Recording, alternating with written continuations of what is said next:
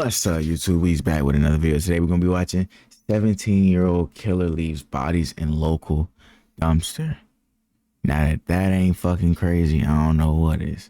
17-year-old killer, by the way. Killer, bro. He's 17. Park apartment. Let me see what this nigga on. Police are at the Morning Tree Park apartment complex after reports of a dead body in the area. Alright. Lying next to the dumpster is a body with multiple stab wounds so brutally beaten that it's nearly unrecognizable. You have a good face shot of the guy? Not a good face shot because it's like this. That's why I was associated. Officers immediately suspected that one of the tenants in the complex was the killer, but they would be horribly wrong. There was like blood all over the ground by the dumpster, and that his head looked like a smashed watermelon. Beat the fuck out of him and then stabbed him in the butt. That's when he started getting him. He hit him a couple of times and then stomped him a couple of times. A violent, unpredictable teen killer was on the loose, Yo, and police needed to find him stabbing? before he murders again. Step out of the apartment now. You are surrounded. God damn. Doors open. What the fuck? Nigga got a whole squad car outside this nigga crib. Yo, the body must have looked like something from a fucking zombie apocalypse or some shit for this to happen. Jesus Christ. Doors open. Police department! That's fucking crazy. In the early batch to investigate. So who was the one that saw him? Who called? You did, sir? Me. So what happened? What did you see? Like, how did this all... Okay, Why is she recording? me and her, was kind of like dumpster digging, right? And I see this red stuff, you know, leaking out of the dumpster. So I went in there, and I see his body in there. While dumpster diving, Ted had come across blood leaking out from under the dumpster. When he looked inside, he found an elderly man lying lifeless, bloodied and beaten until his face was no longer recognizable. Officers now needed to identify both the victim. I hope they beat the shit out this nigga in prison, man. An elderly man is crazy. And the person. I'd be damned if I live my whole life straight and then some fuck ass little nigga want to come take me out while I'm fucking grown and old and can't move and shit. Responsible. Fortunately, there was someone at the complex who could help them with the former. So green, bro. What the I fuck? see his blood. Yeah, so I'm just trying to figure out if you might... Sounds like that he's one of your residents. I can look. This Oh, don't mind my fuck ass Wi-Fi. Sounds like that he's one of your residents. I can look. This is Ryan, the apartment complex manager, and he's going to be vital in finding out who the victim actually is. Because we don't have an ID, right? No, we don't. Okay, so let's... That nigga look tired as a bitch. For now. So we recognize this guy? Obviously, it's not the best picture, but... We think you know who he is? Possibly. If I can see the picture, it'd be better to identify now. How about you just give me the name, I can bring up DOL. He wouldn't be in there. What's that? He wouldn't be in there. Well, I'm sure he'll have some kind of ID. No, You don't think so? absolutely not. Never? No. Okay. He's a really nice guy, actually, though. I mean, I had a relationship with him, you know, like friend-wise. He don't even trust like anybody with like social security cards or anything. He won't sign a lease. So he'd probably be about 63, 65, somewhere in there. He's partially African American, but he's really light skinned. Skinny, tall. Yes. Skinny. Yeah. Yeah, that could be Leonard. What's his last name? And we're working on that right now. Well, they're turning their computers on right now, right? You want to come with me? I can just How give the you a fuck key. you get on the I'll be lease? right over there and ride back if you want. No, we'll drive over there to go check on him. But yeah, but she's still trying to pull the database. Yeah, but I can pull a key for you and she'll get that. Yep, we'll go check on him. So All right. A9, I will meet you over there. I'll meet you. Yeah. The officers finally had a name, Leonard, but that doesn't solve their biggest problem. According to the manager, Leonard suffered from extreme paranoia and refused to have any form of identification associated with the government. Without proper identification, the investigation would soon become a lot more challenging. Still, officers would search their system, hoping something might come up. Find it. I found a couple. We just have to start running them for Any DOL or prior bookings or anything? There's bookings. That's 2019. okay. Now he's dealing with crap too. Okay, we're gonna go to A9 and see if this guy's there. Okay. How do you have extreme paranoia with like giving your information up to a leasing apartment? I mean, to be honest, people are evil in every company. Shit. So Megan, no, do you mind talking to my partner? He's the one that's primary. Okay. We're gonna go check that apartment that you gave us, make sure there's no one in there. But if you want to sit down and hang out, Okay. While officers continued searching the database for possible matches, others went to check the supposed victim's apartment. And with help from the manager, they quickly got the key.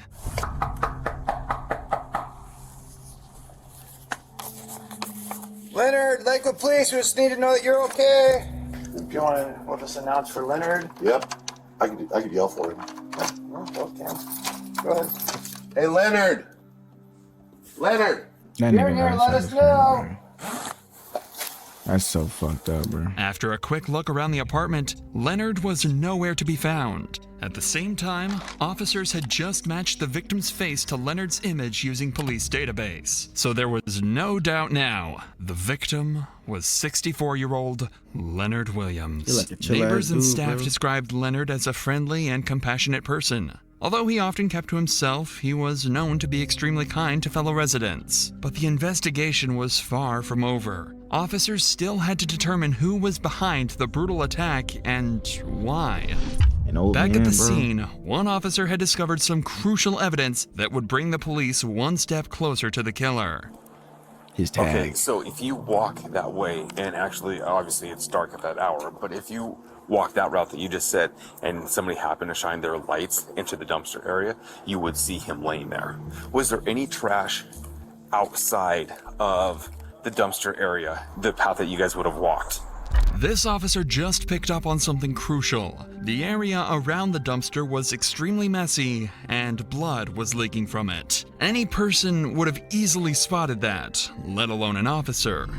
Turns out, just 12 hours earlier, police had been dispatched to that same apartment complex on a noise disturbance complaint. The call was made around 8 p.m., and the responding officer's dashcam shows him returning to his vehicle by walking through the side path, the exact one that leads up to the dumpster where Leonard was found. The officer didn't notice any leaking blood or hear suspicious commotion, which means that whatever had occurred had happened after the officer left. From this, the timeline of the murder... Hey, shout out to the police. That's some good that's some good fucking detective work. Jesus.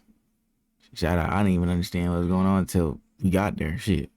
Good detective work. was vastly narrowed. But more importantly, the disturbance call that the officer responded to had been made about a group of teenagers from the apartment complex unit J54. According to the manager, this group was well known for partying several days of the week and not paying their rent on time. However, little did they know that the police would catch on to what they were doing at last night's party and why there was a dead body just a few feet away from their apartment.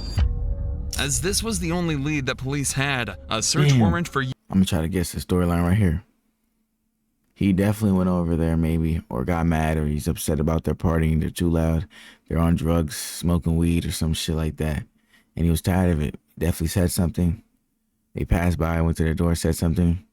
17-year-old with anger issues went over and did something he probably shouldn't. Arrest that nigga, put him in jail for 40 Unit years. J54 was That's what he issued, did. and Come on. officers quickly arrived at the residence looking for any signs of foul play. Get the manager. Oh, there we go. Hey, Brittany, Lakewood Police.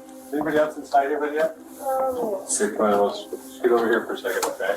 Who's all in here with you? Just me and two people. Where are they at? Oh, really? No. What are their names? Jaden. Jaden and who? Jaden and Ty. Jaden and Ty, come on out. Come on As out. a minor. Ty, come on out, Lakewood Police. Where's he at? It was to the corner store.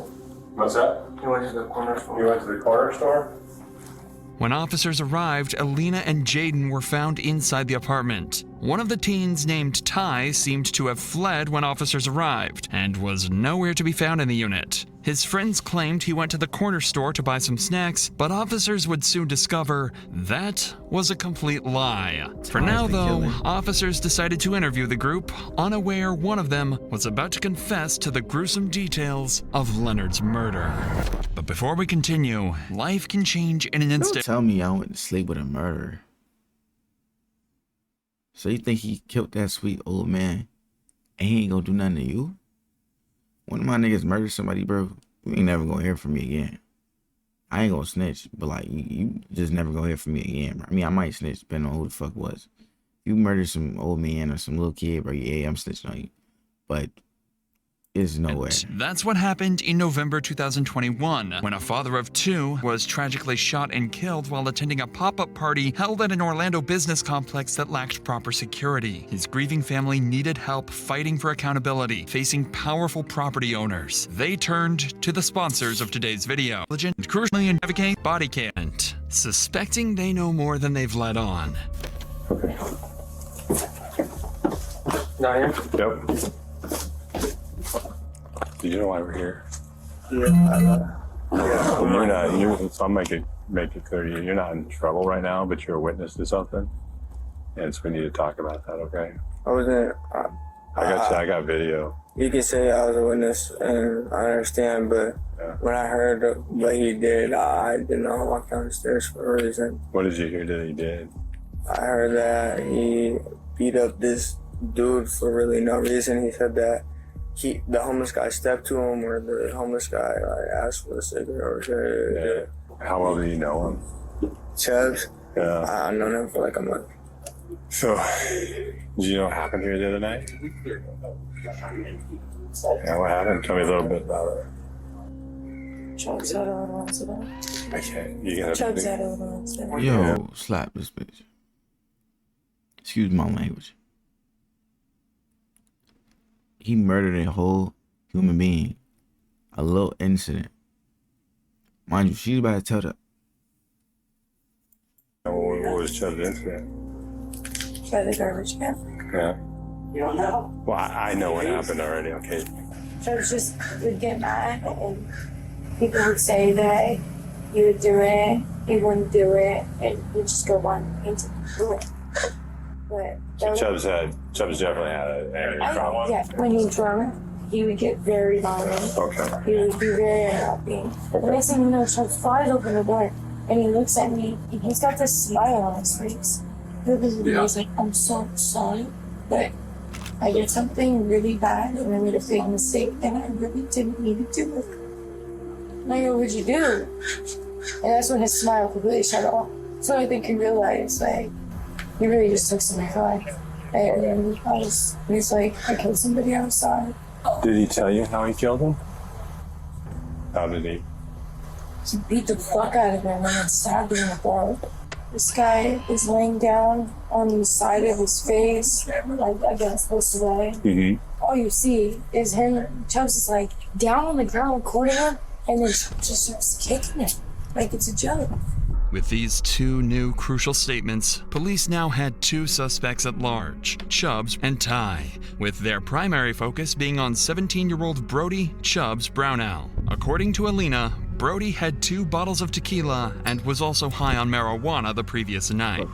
To make matters worse, he had a reputation for getting violent when drunk. At some point, he briefly stepped outside the apartment and happened to cross paths with Leonard in the parking lot. Leonard may have confronted him about the loud music, or, given his paranoia, he might have simply been talking to himself. Either way, Brody likely saw him as an easy target, and Leonard became the victim of his violent outburst. Alina was also the first to mention something even more disturbing. Brody had recorded the entire thing on Snapchat. He filmed himself beating and stabbing Leonard to death, then sent the video to friends at the party. With Brody as their prime suspect, officers remained on high alert, going so far as to request air support and search for him. In the meantime, police were notified about a male who was running around the Morning Tree complex. He was identified to be Trey Crystal, or Ty, the one who fled from Alina's apartment when the officers had arrived with the search warrant. Shortly after confirming his identity, he agreed to speak with detectives. Detectives needed to determine whether Ty had played any role in the murder, and if he knew where Brody was hiding. This nigga sent the videos out. That's insane. Just take me from the beginning to the end. What happened that night? Yeah, he ended up really drunk, and then he was like trying to fight everyone at the party, but no one would fight him because either they would win and then he was like backing down or stuff like that. Okay. So he couldn't fight anyone there, and so he went outside all mad. And then like there was this homeless dude or whoever it was walking by, and then he was like, "Oh, keep stepping, keep walking." And then the homeless dude was like, "All right," and then he was like just walking away, and then Chubbs just started getting mad and then just like ran up on him and punched him. And then he just... Yeah, don't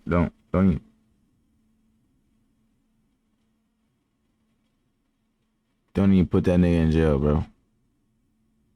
Just put him in the dirt, bro. There's no way. Oh my lord, shit pissing me off. Yo, 17. Like it's no like. You can't tell me you have the urge to fight that bad to the point where. This is why the Lord say this. This is why the Lord says to stay sober, bro. This wouldn't have happened if he was sober, bro. Drunk off 2 tequila bottles, over here punching random people for absolutely no reason. Then you stab him in the throat and stomped on his head. Yeah, don't even put this nigga in prison. Just end this shit right now. Started stomping on him. After a minute or two, he went send inside, him where he sent and then that he like person. grabbed the knife, and everyone was trying to stop him, but like he was kind of scary with the knife because he was really drunk. According to Ty, he fled the apartment out of fear. Although Ty's statement aligned with those of other witnesses, police couldn't definitively rule him out due to his suspicious behavior. But for now, their priority was finding I feel like Brody. it's just human nature to run from cops, bro. Like, not really, but like in other countries, like they actually have, like some countries don't have that as a rule. Like if you run, like they're not gonna charge you with that because like it's just human nature, I guess. But I wouldn't say it's weird. It's just he probably just freaked out. The other nigga is weird. Still ongoing, officers interviewed everyone who knew Brody to find out where he might have fled, including 2 of his best friends, Miguel Ventura and Dakota Johnson. I ended up going, basically there was a party posted up that was over at one of our female friends' Britt's house, and eventually Chubbs, I guess he stormed outside. He got really upset. He was drinking 1800 at the time, like tequila. There was someone standing by the garbage cans, and he got really angry at him because I think they were staring at him. He just got closer to him, and I think the dude yelled something at him, and then he just started swinging on him. I get down the stairs, and then that's when he started getting him. He hit him a couple of times and then stomped him a couple of times, and by that point, like it was too much. Like it was just a lot. I grabbed him by his chest and everything. I tried to pull him. Was there anybody else that was hitting the guy? Was there anybody else kicking him, hitting him, punching, stomping him? And you had text messages with him shortly after. Can you kind of explain to me about those text messages? It was like the day after he had done it. Okay. He did coke and he beat the crap out of this guy and killed him and stabbed him in the neck. And then there was like blood all over the ground by the dumpster, and that his head looked like a smashed watermelon. He told me that he tried to put him in the trash can himself, but he couldn't do it. So that's why is everyone so calm about this? I'd be fucking disgusted. I'm disgusted. why he stabbed him in the neck. While officers continued interviewing witnesses, Brody had just been located hiding in his family home 40 minutes away in the city of Yelm. A SWAT team quickly descended on the residence, ready to take Brody down if he made any wrong move. All right, hey, you 3? Yep. If there's people milling around up front, we're going to detain them right off the bat, so be ready to go hands as soon as they move up. They run or we're letting them run, right? Yeah. All right, we're capped. Bat team's rolling up.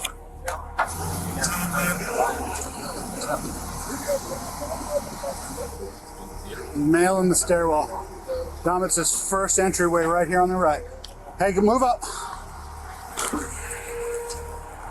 Move up. I want to be able to see that door. Hey, let's bring it back here. No sense in standing out there. No sense in standing out there. There we go. All right, I got hands on her. Okay. You got cuffs? Yep. Okay. All right.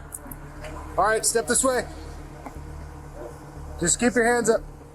I want you to set your phone and your drink on that little concrete barrier right there. You need a set? Yep, got it. Now I want you to step out to me. Come on. Put your hands on your head, flip around, face the building. Okay.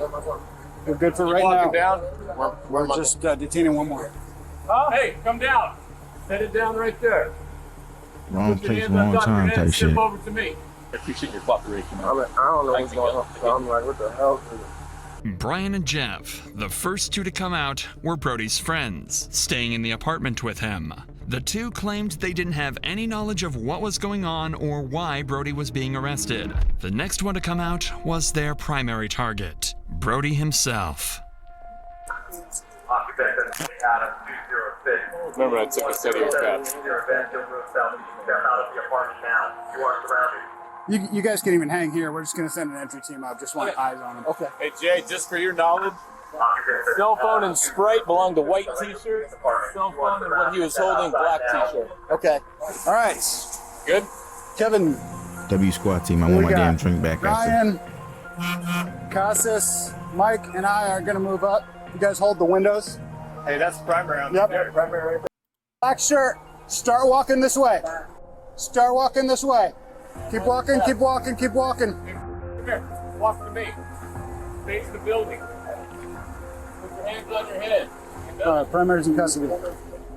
Brody was finally escorted from the house and delivered into the hands of justice. He was charged with assault and homicide in the first degree. He had originally pled not guilty, receiving a bail of $1.5 million. Neither he deserves it, but goddamn, when you hear those type of numbers, you just say, "Damn, nigga." Yeah, but you deserve it though. Ty nor anyone else at the party was charged, as the Man, Snapchat God. video clearly shows that Brody acted alone, consistent with witness statements. Although the exact motive for the murder remains unclear, Brody's extreme intoxication and well-documented issues with aggression led to the tragic death of a kind and gentle person. We should just ban alcohol. First off, shit tastes like fucking what's it called? Sanitizer. Tastes like shit. All it does is just get you drunk. And depending on the type of person you are, you just get violent or just drive. It doesn't make any sense why it's even legal. And if you drink too much, you can poison yourself and die. I don't understand why that shit's still legal, but man, god damn, it's so evil, bro. How many years y'all think this nigga deserves? Following his initial hearing, Brody returned to court and changed his plea to guilty. He received the maximum sentence of 25 years in prison. So we all agree this nigga should get like at least 40, right? But I hope y'all enjoyed the video, man. Y'all have an amazing day. Deuces.